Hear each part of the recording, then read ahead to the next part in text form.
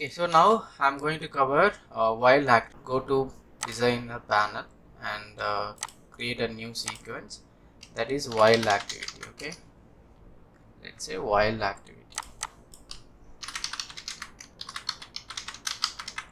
While activity, just go to activity panel, so type while and drag and drop while activity. Okay, so here you see, if you drag and drop do while activity, it will execute the body first, then it will check the condition. But while activity, it will check for the condition first, then it will execute your body. Okay, that is the difference between do while and while. So let me here, as you know, we handled here in the while activity, I mean do while activity with adding a counter and all. So because why I added this counter and all, so if you see any old projects, and this is how the counter are increasing, I mean they are placed this kind of logic to increment your counter. Okay, so now here so if you click this do while activity, there are other two options here, max iterations and index. Okay, now I'm going to handle this while activity with those options. Okay, max iteration and index. Okay, and without creating without adding the assign activity. Okay, now go here in the index. Okay, just create a variable control K counter. Okay, enter. And here write your condition, that is a counter, COUN here counter, and say same condition, less than or equal to 5. Okay, then if the counter is, let's say if the counter is less than or equal to 5, then go and execute your body. Okay, so in the body, let me add some message boxes here, and so add a message box here, and just type counter dot to string. Okay, so here in this do while activity, we are initializing a counter, then we are coming into this body, then we are incrementing it.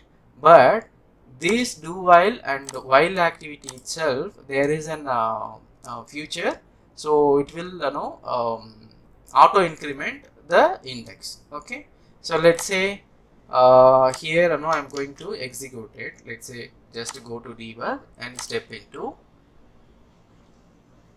and click step into and click step into.